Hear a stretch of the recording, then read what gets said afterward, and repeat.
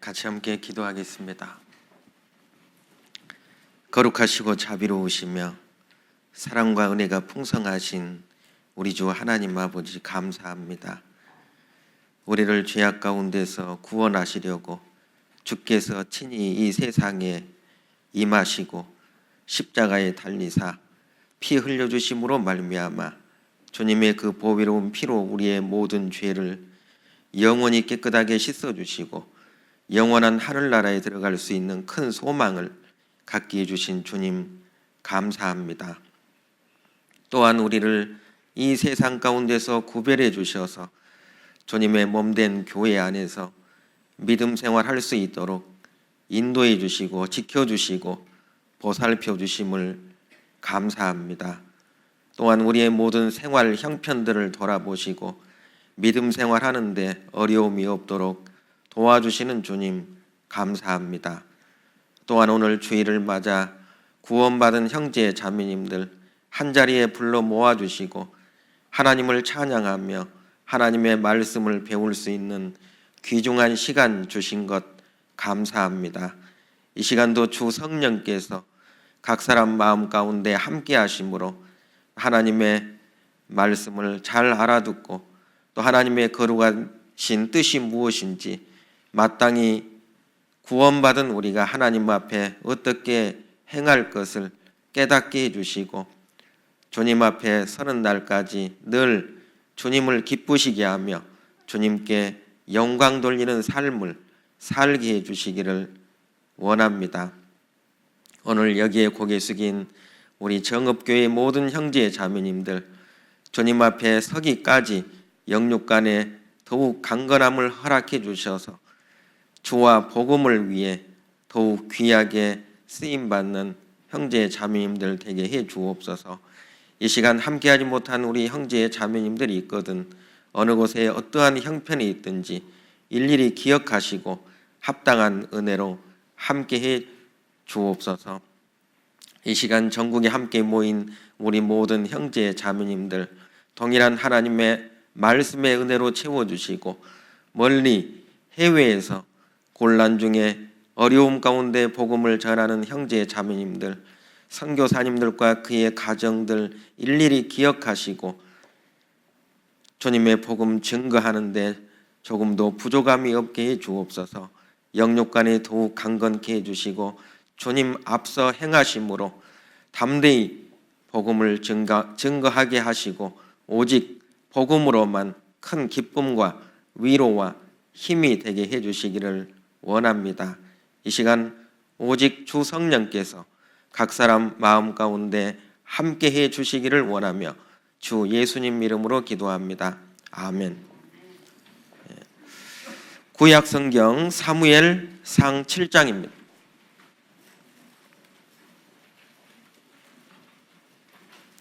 구약 성경 사무엘상 7장입니다. 417쪽입니다. 417쪽.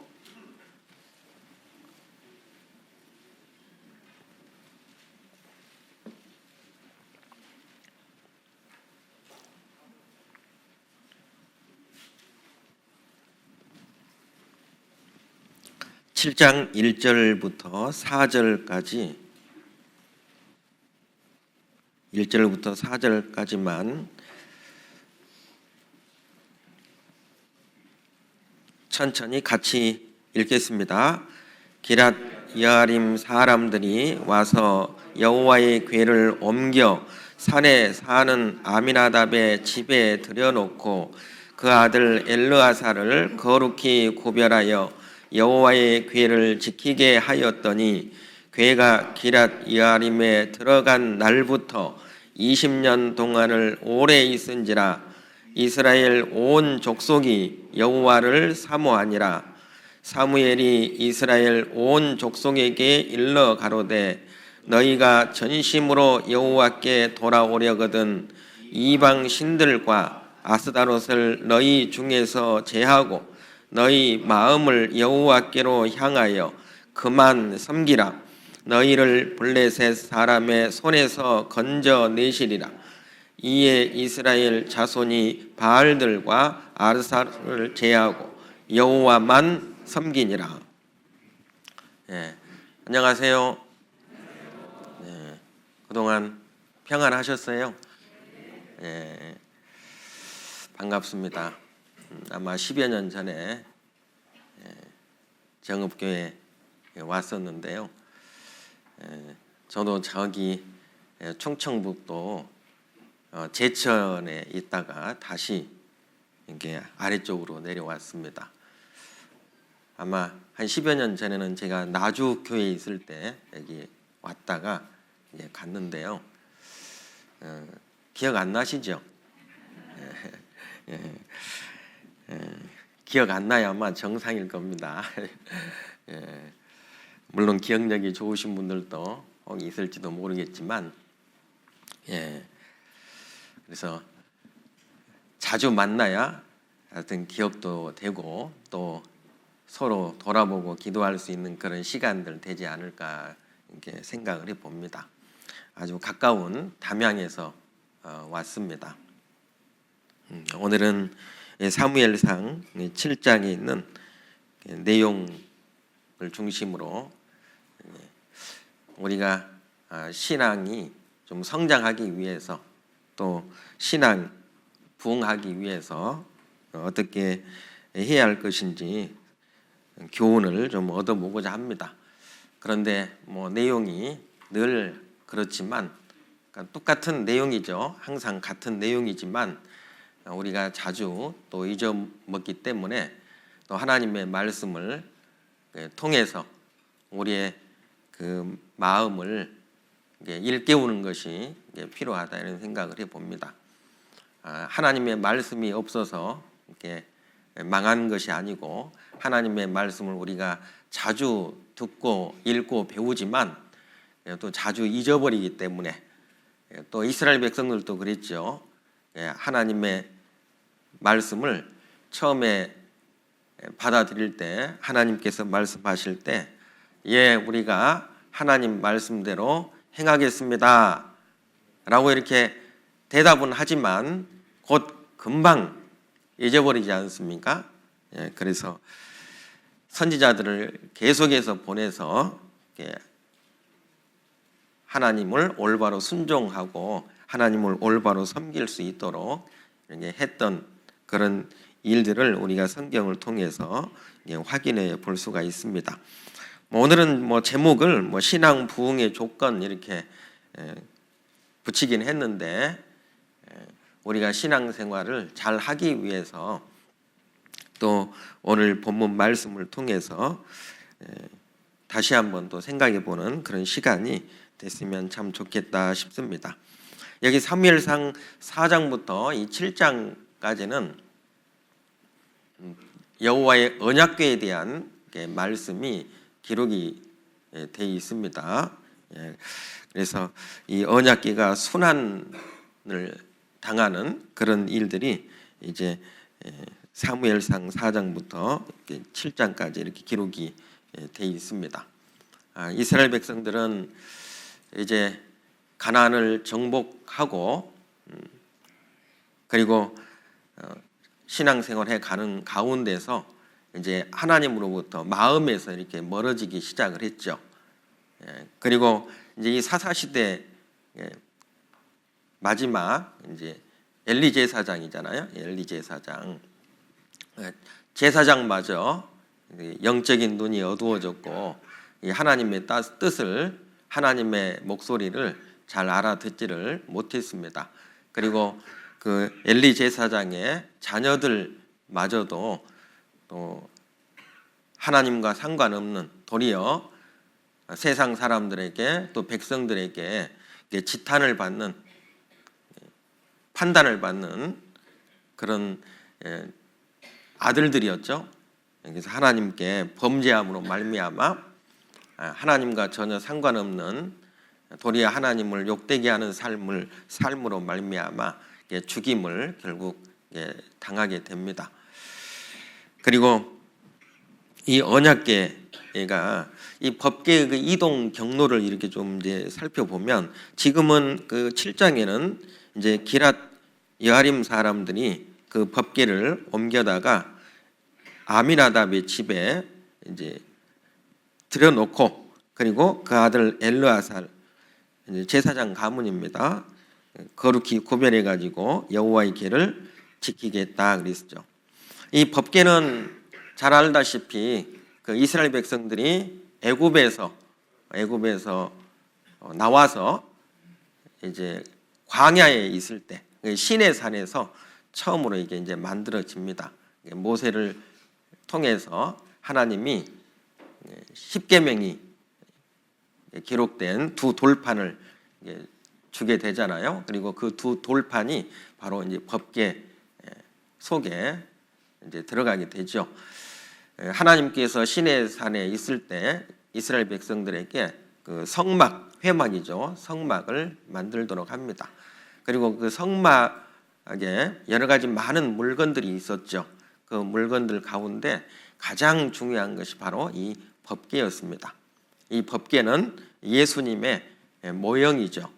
예수 그리스도를 뜻합니다, 이 법궤가요.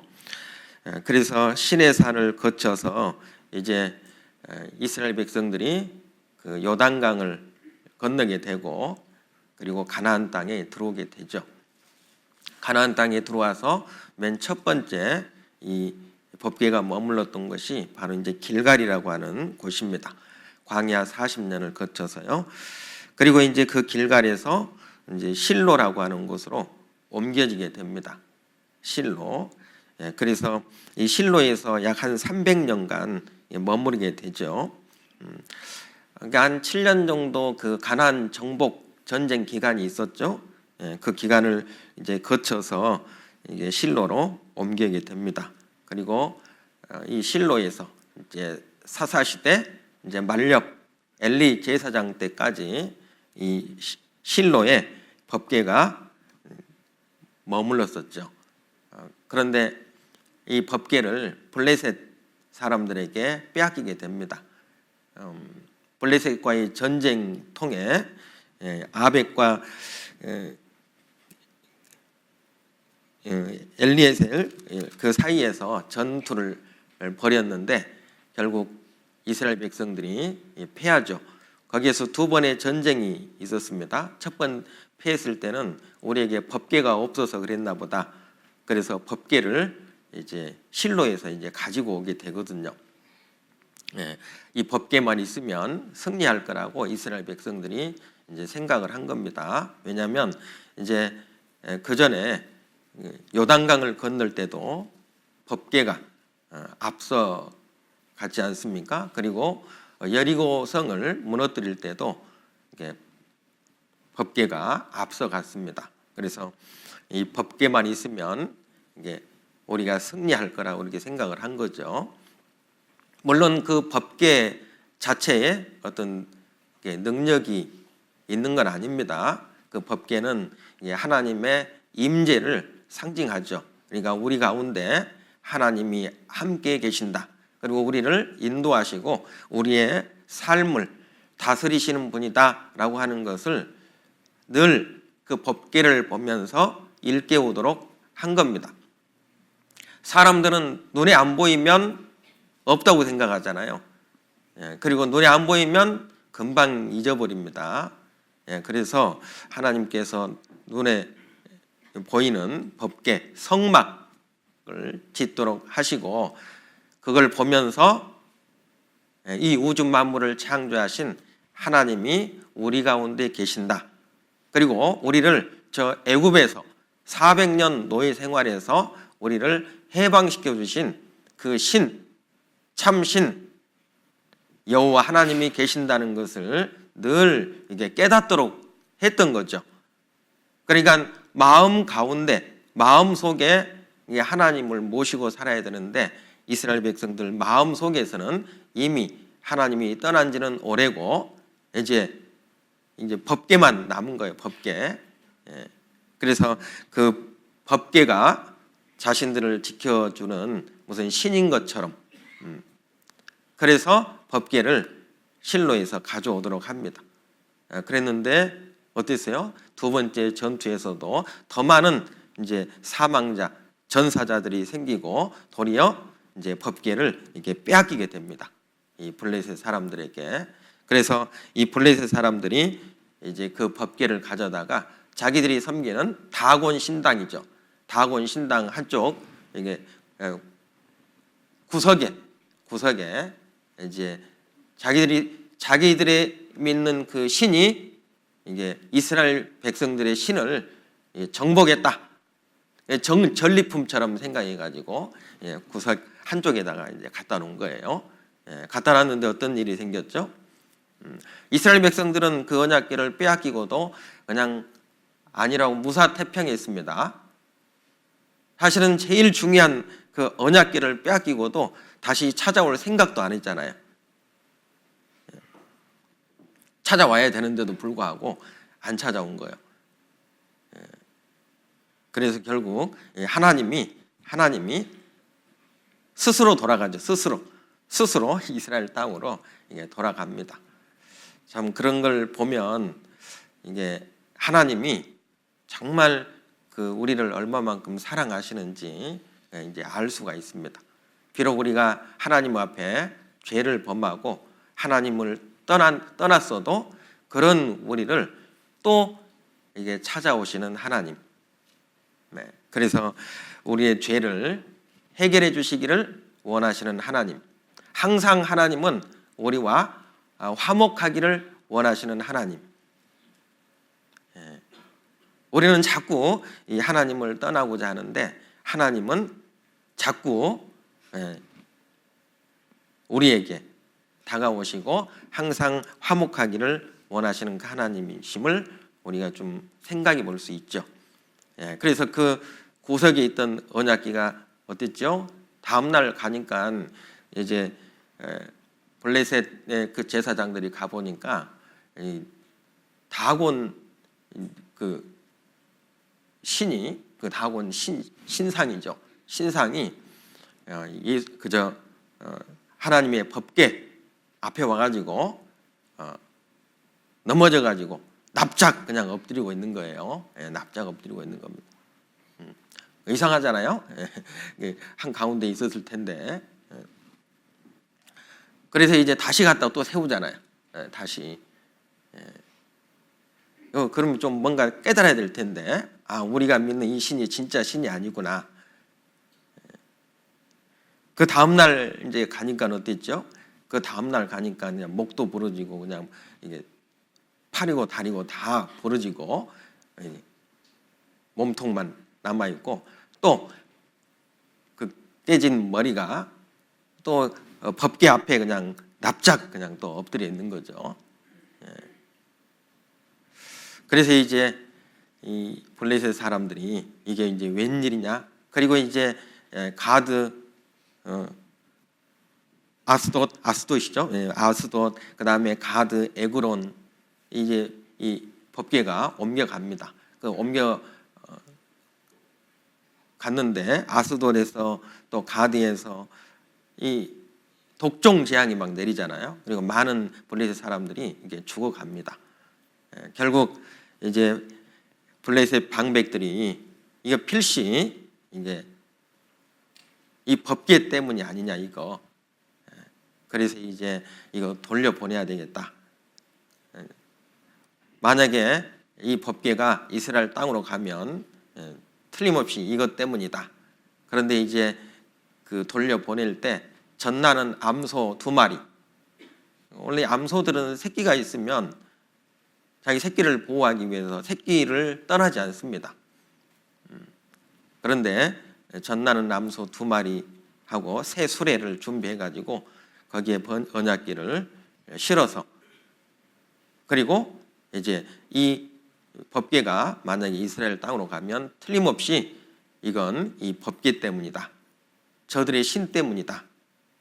만약에 안 가고 돌아오면 젖나는 소는 이제 가두어 놨죠. 만약에 안 가고 돌아오면 이건 우연히 생긴 일이다. 이렇게 생각하고요. 그리고 이제 수레에 실었는데 그 젖나는 암소 2마리가 곧장 뒤도 안 돌아보고 그 베세메스로 올라가게 됩니다. 올라갈 때 이 암소 2마리가 기쁜 마음으로 올라갔다고요? 아니, 울면서. 왜냐하면 새끼들이 있잖아요. 그 소들도 하나님께서 맡겨주신 사명을 울면서, 힘든 일이죠. 끝까지 감당을 합니다. 그리고 대우받은 거 아니죠. 또 가서 번제로 그 두 암소가 이게 드려지는 사건이 있었죠. 그래서 이 블레셋 이 지경에 7개월을 이제 이 법궤가 머물렀습니다. 이 블레셋에서. 그래서 베세메스로 이렇게 왔는데, 이 베세메스 사람들은 그 제사장들이 있는 그런 지역이었는데도 불구하고 이 블레셋 사람들이 이 법궤 안을 들여다보다가 5만 70명이 죽었다, 또는 70명이 죽었다고 성경에 기록을 하고 있습니다. 그래서 이제 무섭고 이제 두려운 거죠. 무섭고 두려워서. 그래서 이걸 이 법궤를 누가 가져갈고, 그때 이제 이 기란 여아림 사람들이 와서 이제 법궤를 가지고 간 겁니다. 이 기란 여아림. 그러니까 이제 이 베세메스 사람들은 이제 늘 그 익숙함이라고 해야 되나요? 익숙함. 그래서 법궤를 그냥 함부로 생각을 한 거죠. 함부로 취급을 했고, 만지거나 들여다보면 이 죽는 건데, 우리도 구원받고 신앙생활 해오면서 많은 말씀들을 듣고 배우지 않습니까? 그러니까 듣고 배우지만 이제 그동안에 신앙생활 해오는 그런 모습들이 이제 너무 익숙해서 때로는 우리가 하나님의 말씀을 너무 가볍게 여기고 있지는 않는지, 이런 부분들도 우리가 생각해 봐야 될 겁니다. 우리는 하나님의 말씀 앞에서 항상 두려워하고, 그리고 그 말씀 앞에 순종하고자 하는 마음, 하나님을 경외하는 거죠. 경외, 두려워하는 마음으로 공경하는 겁니다. 그런 사람들만이 자신의 삶을 깨끗하게, 영육간의 깨끗한 삶을 유지할 수 있거든요. 그래서 이 베세메스 사람들은 결국 그 법궤를 다른 데로 이렇게 다른 데로 갔으면 좋겠다. 혹시 우리도 구원받고 신앙생활 해오면서 이 하나님의 말씀이 내 삶에 혹시 짐은 되지 않습니까? 짐처럼, 이 신앙생활을 짐처럼 생각하는 그런 분들 있을 겁니다. 뭐 교회 나오고, 또 말씀을 들으러 나오고, 또 교제하고, 또 전도 집회 때 와서 같이 함께 기도해주고 전도하는 것, 이런 것들이 마음의 어떤 항상 짐으로만 생각해가지고, 집회가 또 오면 아이고 또 집회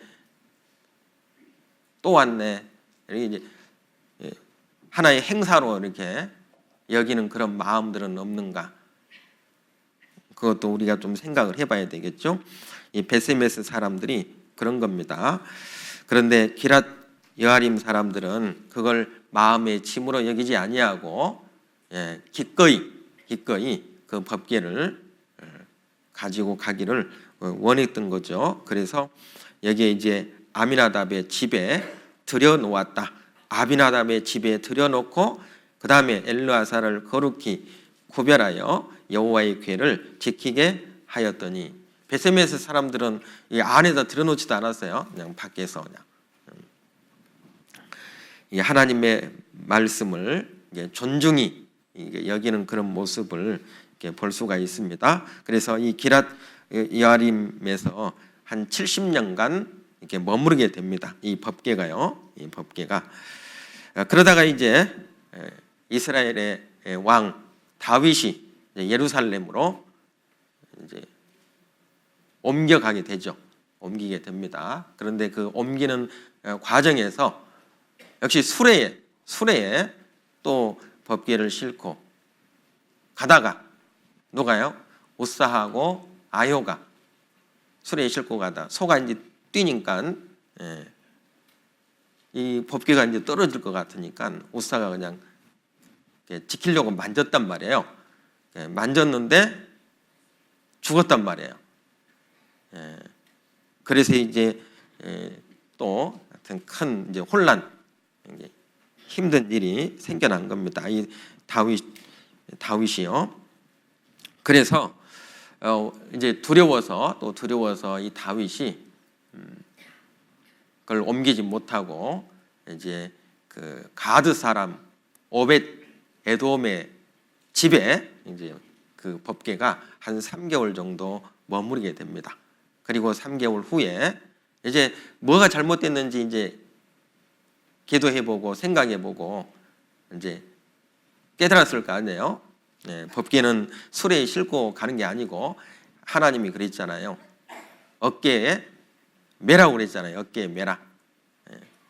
어깨에 매서 옮겨야 되는데 이 수레에다 싣고 이제 갔지 않습니까? 그래서 그런 부분들을 이제 잘못된 부분들을 다시 돌아보고 깨닫고 그리고 하나님의 말씀하신 대로 법궤를 매서 이제 예루살렘으로 옮겨지게 되죠. 다윗 성에 옮겨지게 됩니다. 그래서 이 법궤가 그렇게 해서 이제 결국 예루살렘으로 옮겨게 됩니다. 이 법궤는 항상 이스라엘 백성들 삶의 중심에 항상 있어야 됩니다. 하나님의 말씀이 내 삶의 중심에 있어야 할 것을 우리에게 교훈해 주는 거죠. 하나님의 말씀이 내 마음의 중심에 있다는 얘기는 항상 우선순위가 하나님이라는 거죠. 교회고 복음이고 그리고 형제 자매들이 내 마음 가운데 있어야 된다는 뜻입니다. 자, 그래서 여기 보면 이제 기란 야림에 들어가서 이제 그 법궤가 들어가서요. 2절에 보면 궤가 기란 야림에 들어간 날부터 20년 동안 오래 있은지라. 이스라엘 백성들도 이걸 이제 예루살렘으로 다시 옮겨 와야 되잖아요. 이스라엘 백성들이 살고 있는 한 중심에 옮겨 와야 되는데 별로 그렇게 관심이 없었어요. 그러다 이스라엘 온 족속이 여호와를 사모하니라. 이제 하나님이 생각이 난 거예요. 하나님 마음속에서 하나님의 말씀대로 살아야 되겠구나 이런 생각이 든 겁니다. 물론 이런 마음이 들었던 그 중심에는 누가 있었냐면 바로 사무엘이 있었습니다. 사무엘. 그래서 3절에 2절에 이렇게 보면 궤가 기란 야림에 들어간 날부터 그랬죠. 들어간 날부터 이게 삶의 어떤 전환점이죠. 이게 터닝 포인트가 이렇게 이제 된다고 볼 수 있는데요.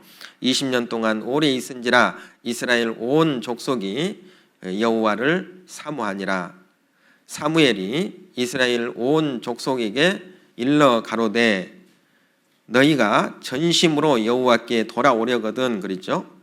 너희가 전심으로 여호와께 돌아오려거든 이방 신들과 아스다롯을 너희 중에서 제하고 너희 마음을 여호와께로 향하여 그만 섬기라. 너희를 블레셋 사람의 손에서 건져내시리라. 이에 이스라엘 자손이 바알들과 아스다롯을 제하고 여호와만 섬기니라. 자, 이게 이제 신앙 부흥의 어떤 조건이 있다면 첫째는 이 하나님을 섬기고자 하는 그런 간절한 마음이 있어야 된다는 거죠.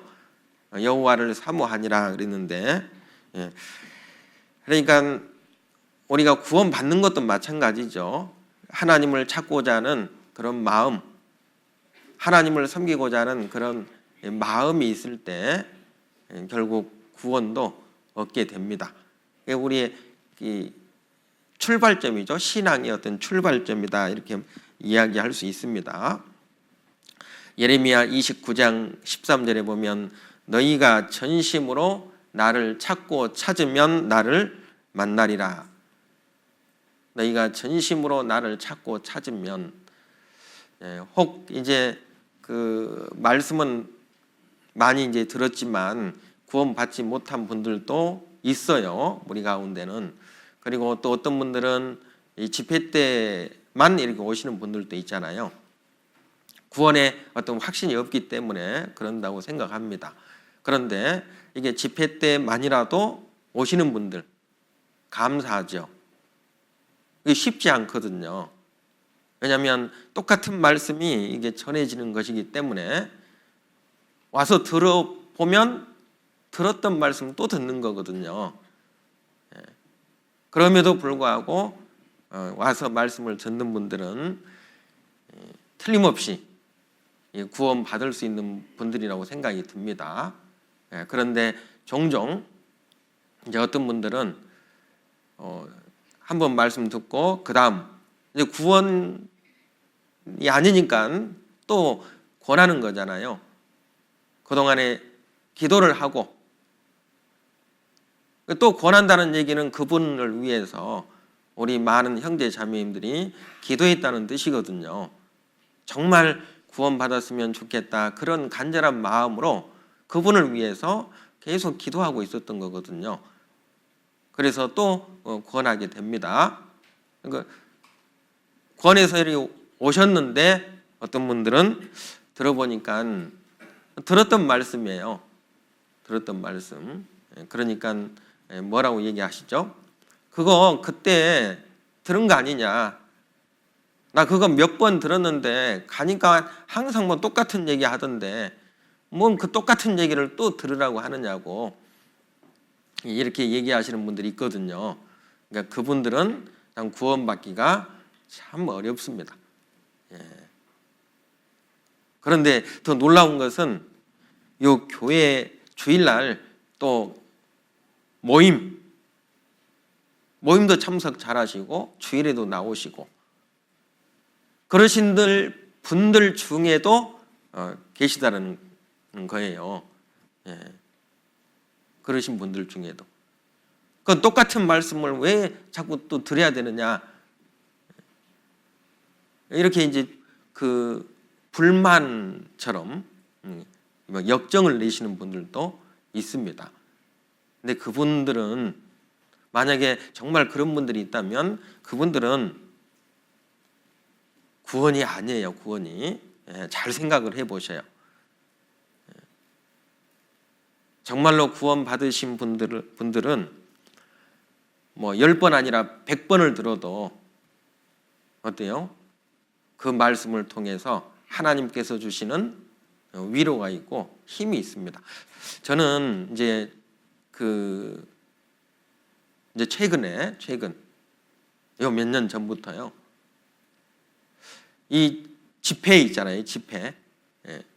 집회가 정말 중요하다, 이런 생각을 아주 많이 합니다. 그러니까 구원받기 위해서 우리가 이제 집회 말씀을 듣지만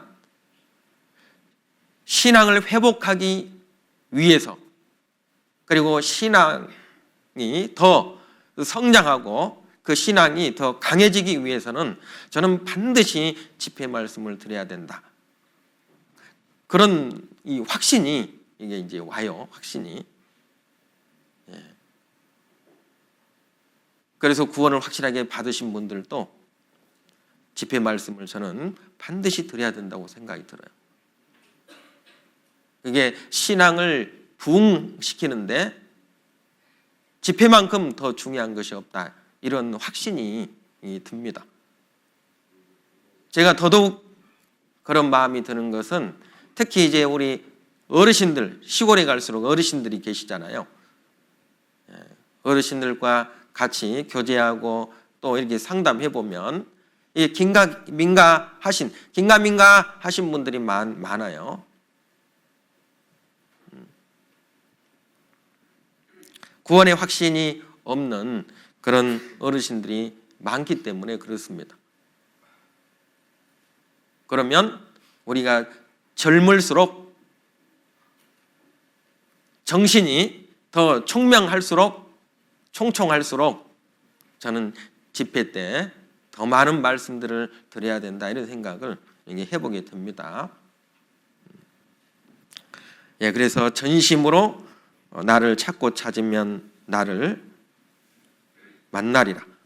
마태복음 7장에도 구하라 그러면 너희에게 주실 것이요 찾으라 그러면 찾을 것이요 문을 두드리라 그러면 너희에게 열릴 것이니 구해도 안 되면 찾아야 되고 찾아도 안 되면 문을 두드려야 되겠죠. 우리가 어린 아이들을 키우다 보면 요즘에는 이제 애들도 안 나서 이제는 이 아이들의 이런 그 습성이라든지 이런 것들을 아마 이제 모를 것 같아요. 어린 아이들 요즘에는 태어나지가 않으니까 거의. 그런데 아마 이제 아이들 어렸을 때 생각을 해보면 특히 이제 갓난 아이들 이제 기어 다닐 때쯤 이렇게 이제 좀 걸어 다니는 그런 때죠. 그런 때 이제 잠을 자다가 깨면 어때요? 처음에는 그냥 일어났다고 신호를 보내요. 엄마에게 나 일어났어 이렇게 이제 신호를 보냅니다. 그럼 엄마가 빨리 가야 되는데 엄마가 안 가요. 그럼 어쩌죠? 그러면 이제 막 울기 시작해요. 울잖아요. 울기 시작. 울기 시작을 합니다. 그래도 안 오네요. 그러니까 안 오잖아요. 그러면 이제 일어나가지고 문 앞에 와가지고 발로 문을 차면서 그냥 막 웁니다. 단계가 점점 수위가 이게 높아지거든요. 그러면 어때요? 엄마가 아무리 바쁜 일이 있어도 그 아이한테 이렇게 가거든요. 그와 같습니다. 하여튼 구해도 안 되면 찾아야 되고 찾아도 안 되면 문을 두드려야 돼요. 그러면 하나님이 만나주시지 않겠어요? 아마 그런 마음을 갖고 하나님을 찾는 분이라면 분명 만나주실 겁니다. 우리가 사복음서에 보면 예수님께서 그 소경들이죠. 바디메오 소경들을 고쳐주신 사건이 있습니다. 예수님께서 그들을 만나주셨죠. 실은 만나주셨습니다. 그리고 이 소경들은요, 이제 눈이 안 보이니까 예수님을 또 쉽게 찾아갈 수 있겠어요? 못 찾아가잖아요. 눈이 안 보이니까. 그런데 예수님을 보고 싶었던 거예요. 예수님 정말 보고 싶다. 소문은 들었을 거 아니에요. 예수님이 어떤 분인지. 많은 병자들을 이렇게 치유해 준다는 소식을 들었을 겁니다. 그래서 그 예수님을 만나보고 싶은 거예요. 보고 싶은 겁니다. 그분이 정말 어떤 분인지 보고 싶은 겁니다. 그런데 그 병만 고쳐준다는 소식만 들었을까요? 아닐 거예요. 그 예수님이 어떤 말씀을 하시는지, 예수님이 많은 사람들에게 어떤 설교를 하시는지 그런 것까지도 아마 다 들었을 거라고 생각이 들어요. 이 소경들이 정말 그 예수님을 만나보고 싶다. 그분이 누군지 만나보고 싶다. 누가 만나 주셨죠? 예수님이 일부러 그 소경 있는 곳을 지나가시는 거예요. 예수님은 다 아셨죠? 그 소경들이 나를 만나보고 싶어하는 소경들이 있구나. 그래서 이제 예수님이 지나간다는 그 소문을 듣고 거기 지나갈 때에 이제 나사렛 예수여, 다윗의 자손 예수여 부르잖아요. 그러니까 이제 사람들이 많으니까, 그러니까 소리 지르니까 이제 제자들하고 옆에 따라가는 무리들이 조용히 하라고, 시끄럽다고. 그러니까 더 크게 소리 지릅니다. 다윗의 자손이여, 우리를 불쌍히 여기십시오. 우리를 불쌍히 여겨주십시오. 그래서 이제 예수님이 머물러 섰죠. 머물러 서서 그들에게 묻습니다. 너희에게 무엇을 하여 주기를 원하느냐? 그렇게 그렇게 물으니까 이 소경들이 주여, 내가 보기를 원하나이다. 내가 보기를 원하나이다.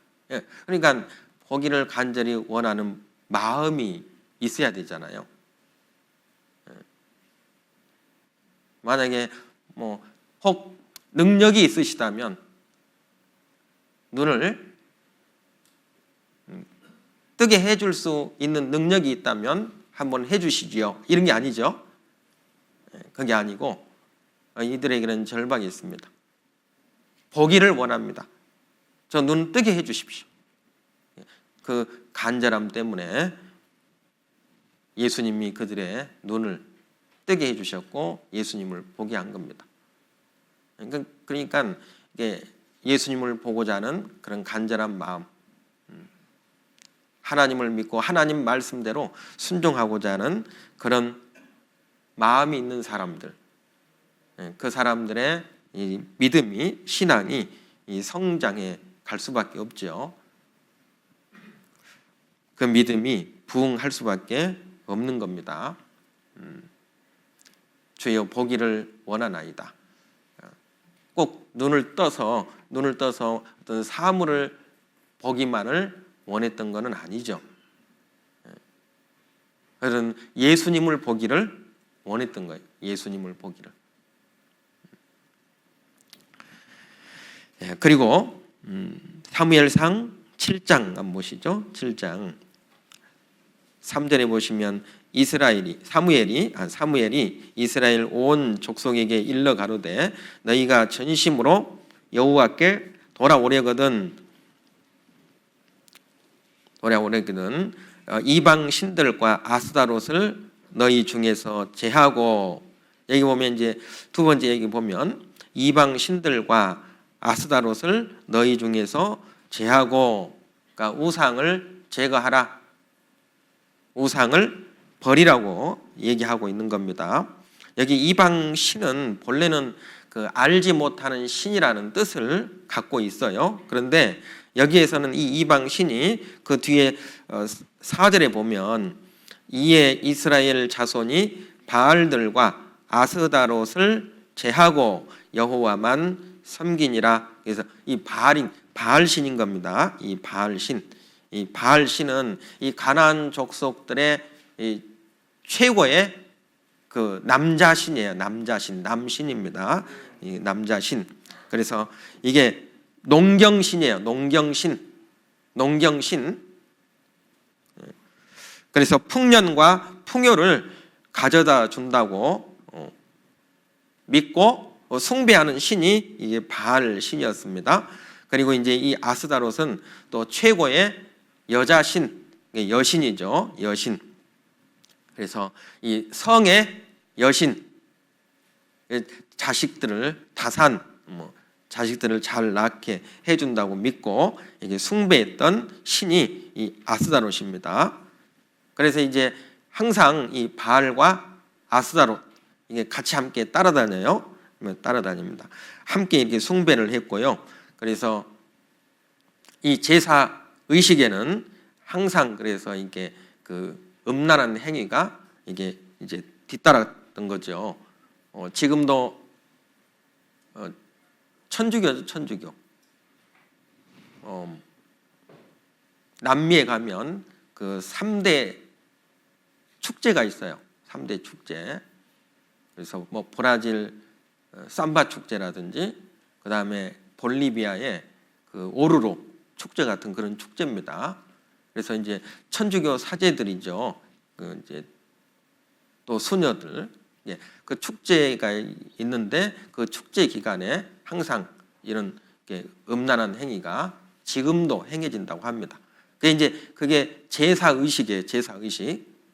예, 그들의 제사 의식인데, 예, 그래서 이 우상 숭배 이 죄하고 이 음행죄는 항상 따라다녀요. 그래서 성경에 보면 우상 숭배라고 하는 구절이 나오면 음란한 죄 항상 이제 따라다닙니다. 항상 따라다녀요. 이 죄 때문에 이 이스라엘도 망했잖아요. 결국 우상 숭배한 죄, 그리고 간음죄, 이것 때문에 이스라엘 백성들이 그 광야 40년 생활하면서요 다 광야에 엎드러졌다. 그래서 그 20세 이상 1세대들은 여호수아하고 갈렙만 제외하고는 다 광야에서 엎드러져서 죽습니다. 그게 이제 고린도전서 10장에 보면 그 4가지 원인이 나오죠. 이스라엘 백성들이 광야에서 다 엎드러진 이유가 나와요.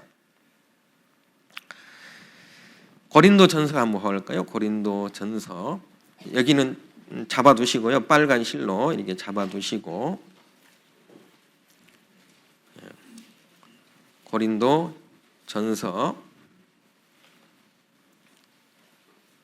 5장 보겠습니다. 고린도전서 5장입니다. 5장.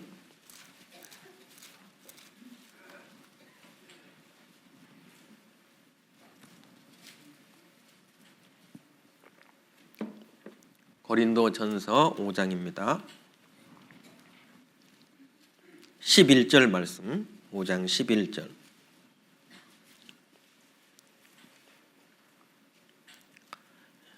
(5장 11절) 같이 읽겠습니다. 이제 내가 너희에게 쓴 것은 만일 어떤 형제라 일컫는 자가 음행하거나 탐랑하거나 우상 숭배를 하거나 후욕하거나 술 취하거나 토색하거든 사귀지도 말고 그런 자와는 함께 먹지도 말라 함이라. 여기는 이제 만일 어떤 형제라고 일컫는 자가 있잖아요. 그러니까 우리 교회 가운데서요, 이방인들이 아니고 어떤 형제라 일컫는 자가 음행한다든지 또 탐남한다든지,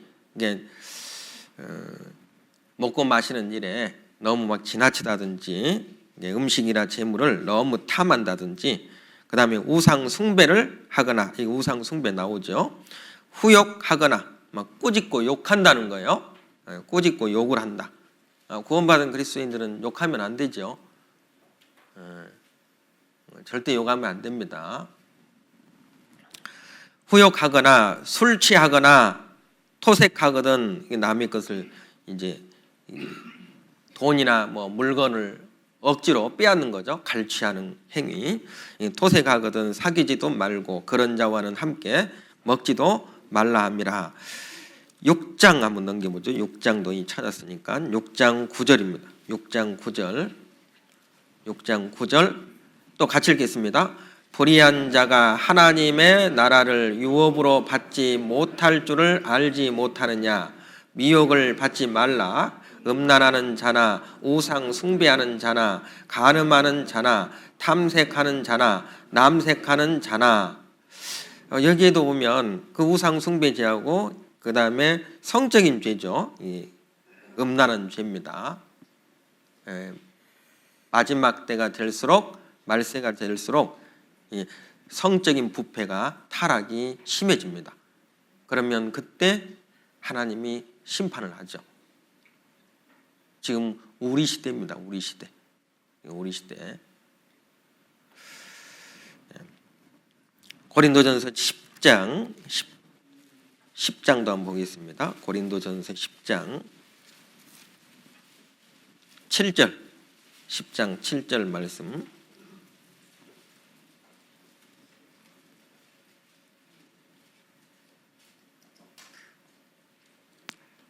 (7절) (8절) 또 같이 읽겠습니다.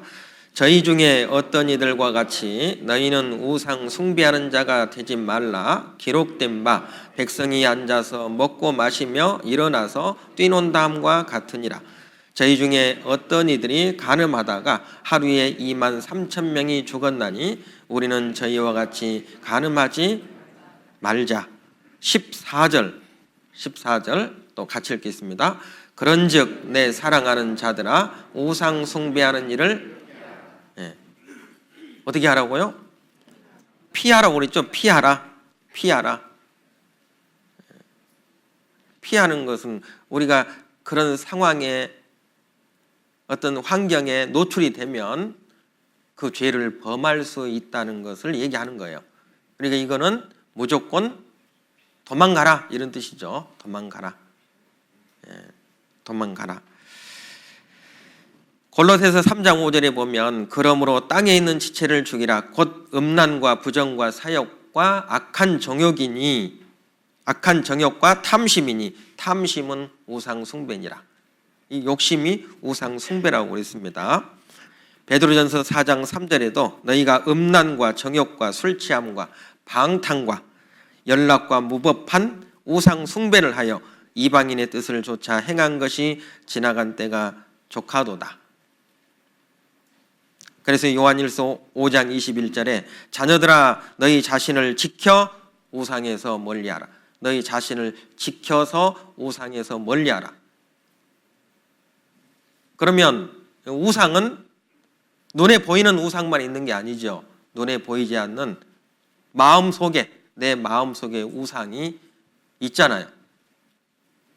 하나님보다 더 사랑하는 것, 하나님 말씀보다도 더 내가 우선시하는 것, 교회 형제 자매님들보다 내가 더 우선시하는 것,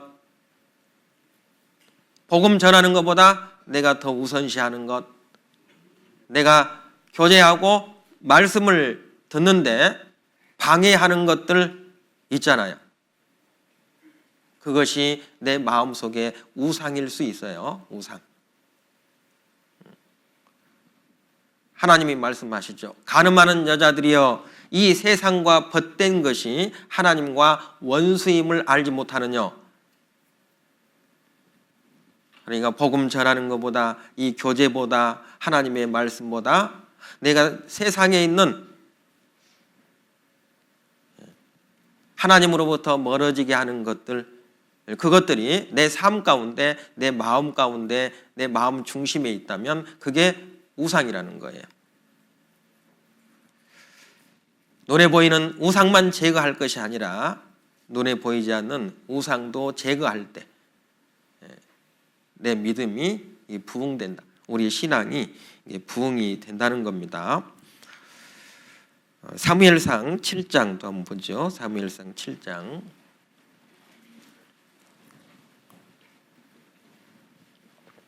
3절입니다.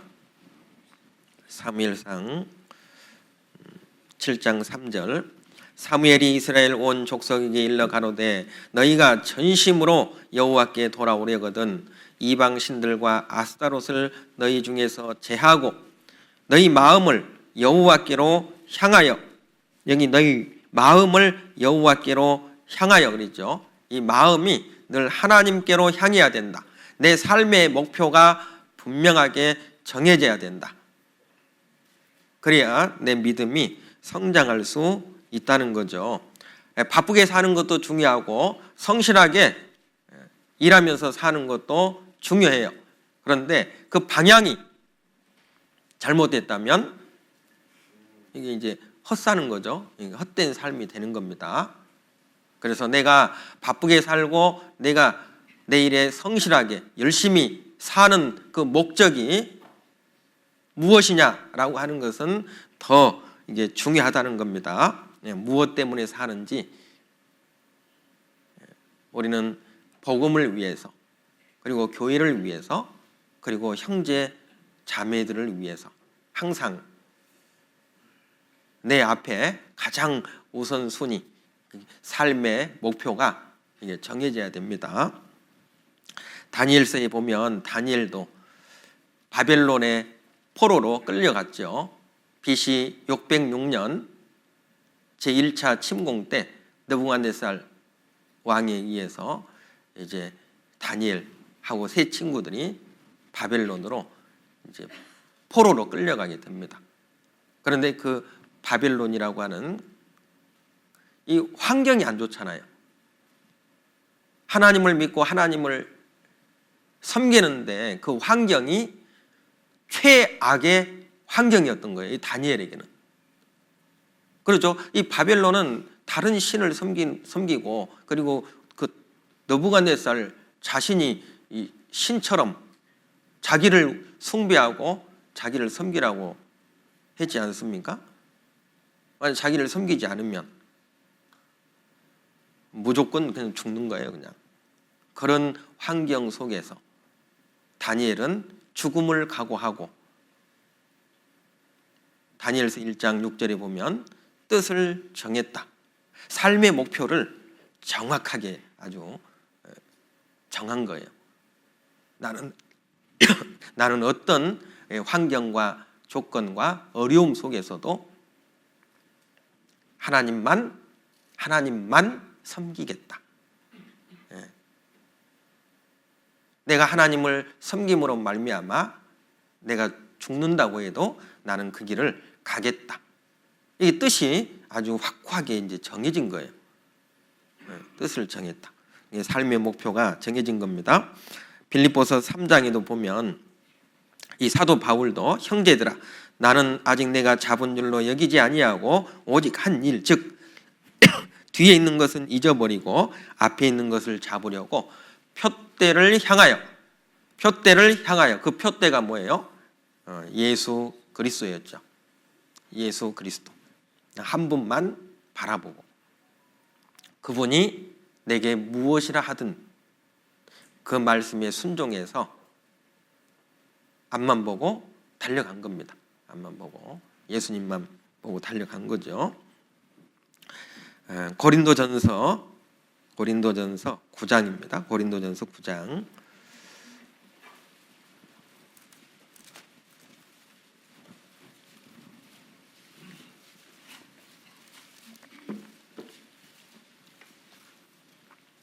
고린도전서 9장 26절입니다. 26절, 27절, 26절, 27절,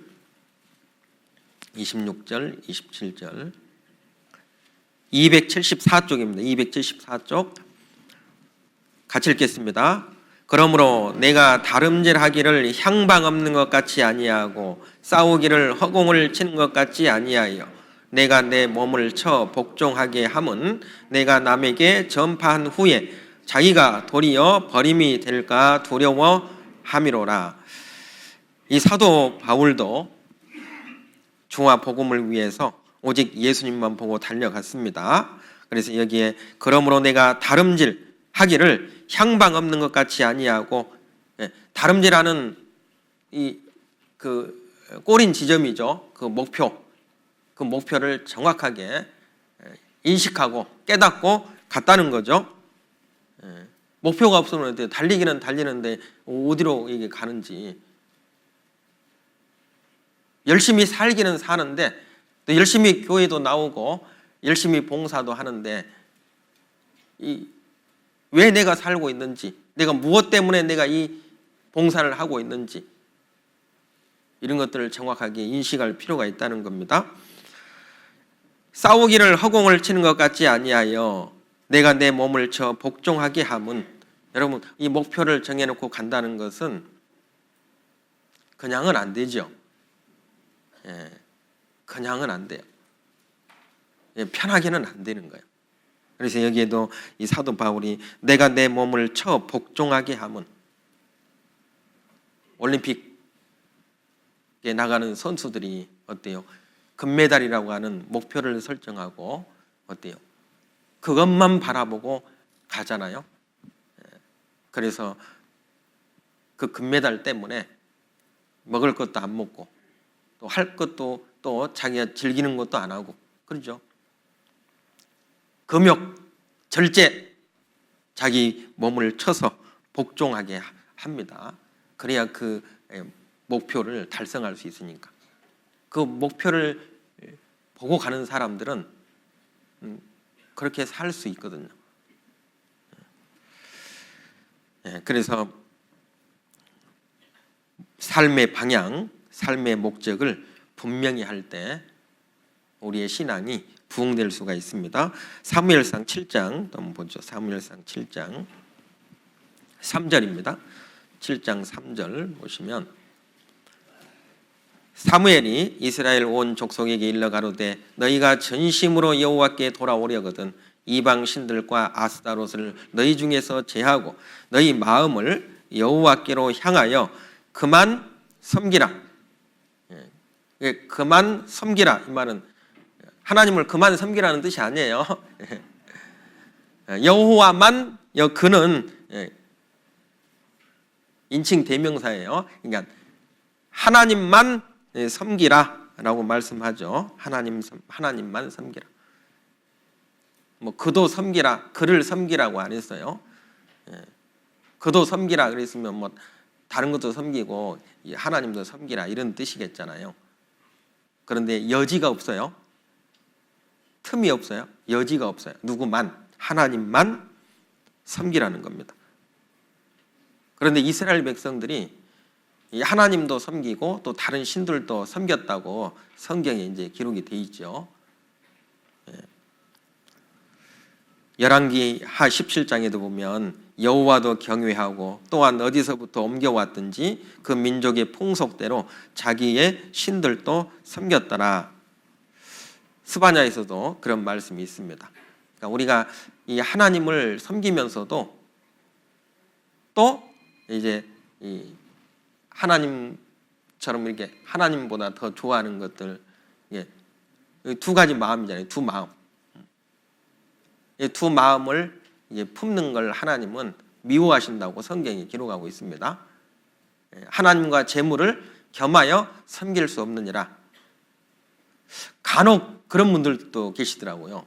이렇게 이제 상담을 해보면 또 집회에 이렇게 말씀에 들으러 오시면 이제 성경을 들어보면 성경이 사실이고 하나님이 계시는구나 알아요.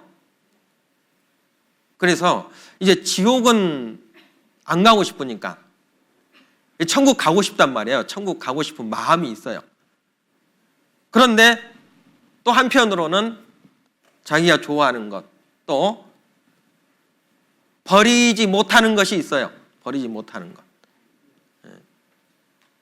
그러니까 하나님도 섬기고 또 이것도 이렇게 하면서, 그러니까 요즘에 그 교회 다니는 그 많은 분들 중에는 다른 교회 하나님도 섬기고 술도 마시고 그러죠.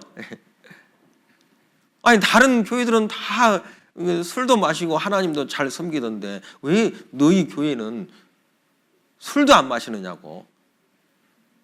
이렇게 이제 우리 교회를 비난을 그렇게 하잖아요.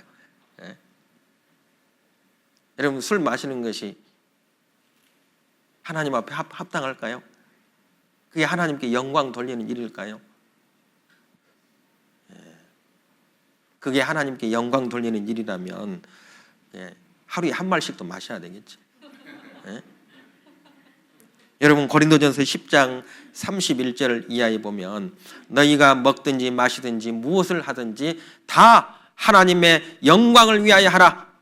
유대인에게나 헬라인에게나 하나님의 교회나 거치는 자가 되지 말고 나와 같이 모든 일에 모든 사람을 기쁘게 하여 나의 유익을 구치 아니하고 많은 사람의 유익을 구하여 저희로 구원을 얻게 하라. 이게 삶의 목표가 돼야 되잖아요. 먹든지 마시든지 무엇을 하든지 다 하나님의 영광을 위해서 하라. 그러니까 하나님의 담배 피우는 것이 하나님의 영광이 되고 마약을 하는 것이 하나님의 영광이 되고 술 마시는 것이 하나님의 영광이 된다면 해야 되겠죠. 근데 그것이 영광이 되느냐 이거예요. 여러분, 하나님을 안 믿는 이방 사람들도요, 교회 다닌다 그러면 술 마시면 안 된다고 이렇게 생각을 해요.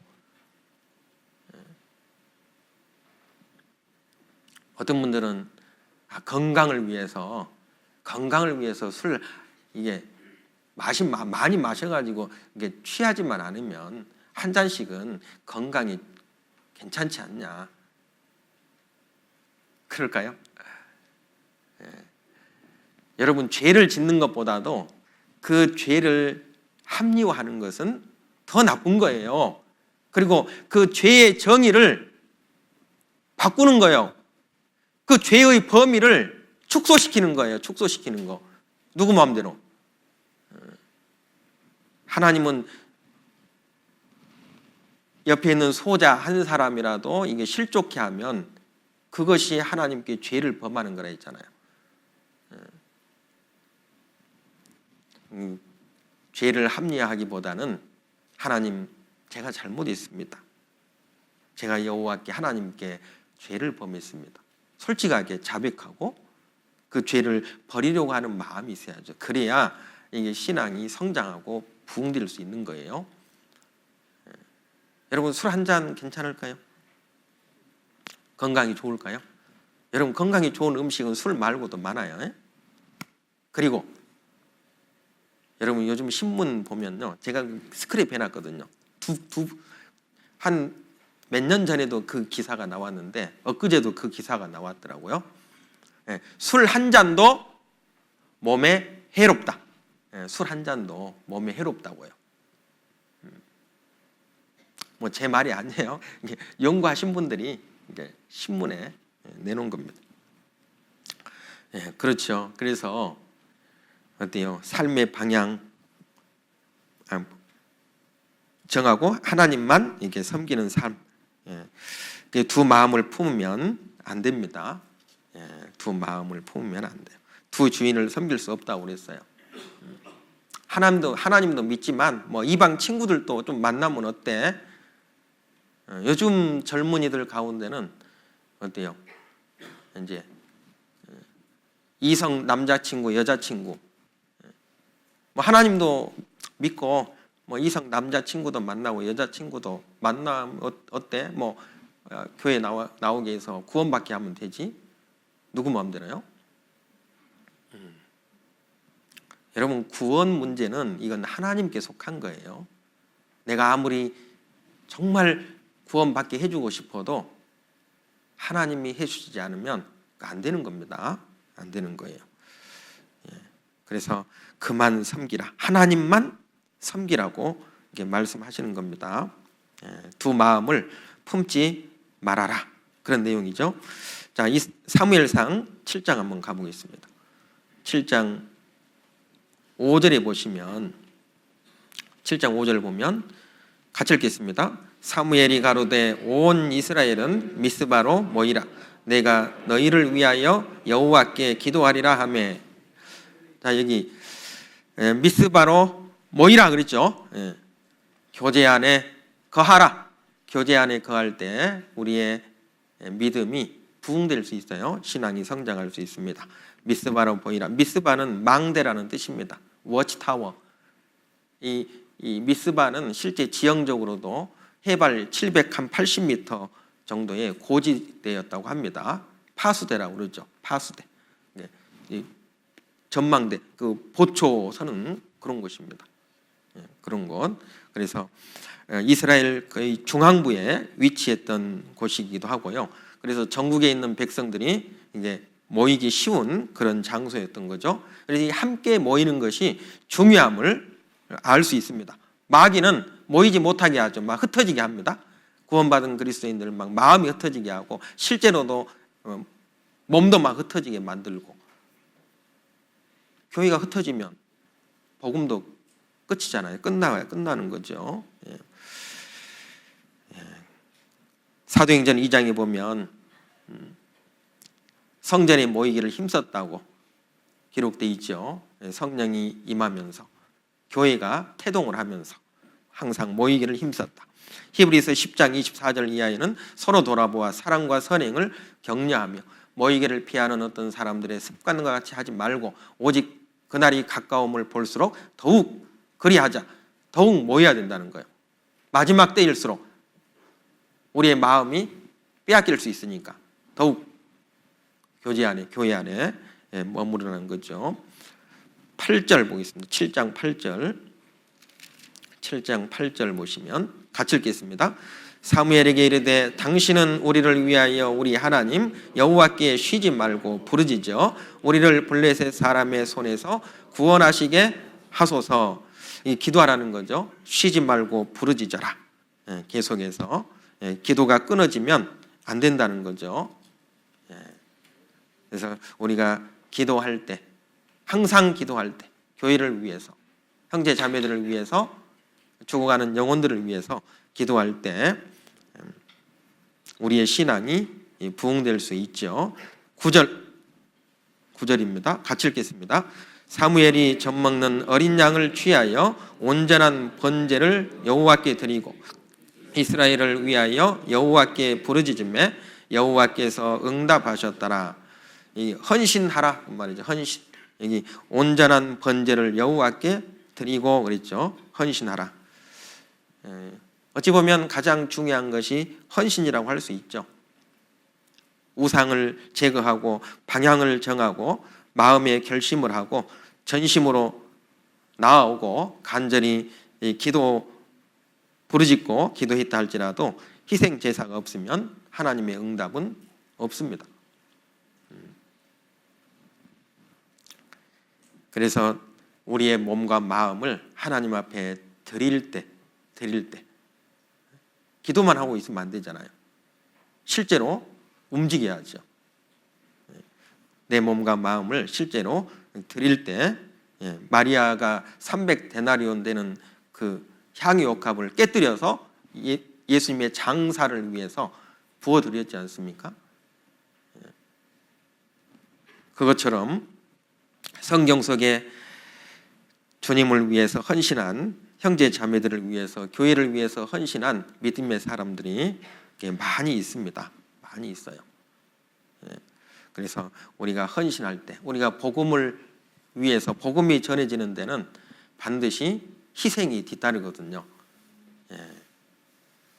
그러니까 결국에는 주님의 복음 증거를 위해서는 앞에 것들이 다 선행되고 결국 우리의 마음과 우리의 몸이 주님께 드려질 때 하나님께서 응답이 오죠. 결국에 블레셋과의 전쟁에서 승리하게 됩니다. 이 이스라엘이요. 이스라엘 백성들이 참된 그런 회개를 한 거죠. 참된 회개를 한 겁니다. 아까 7장 그 사무엘상 7장 6절에 보면 이게 마음으로 뉘우치고 그냥 끝난 게 아니었어요. 실제 행동으로 이렇게 나타난 거죠. 변화된 겁니다. 6절에 보면 그들이 미스바에 모여 물을 길어 여호와 앞에 붓고 그날에 금식하고 거기서 가로되 우리가 여호와께 범죄하였나이다 하니라. 사무엘이 미스바에서 이스라엘 자손을 다스리시니라. 여기 실제로 그날에 금식하고 또 여호와 앞에 물을 길어다가 붓고 그날에 금식했다.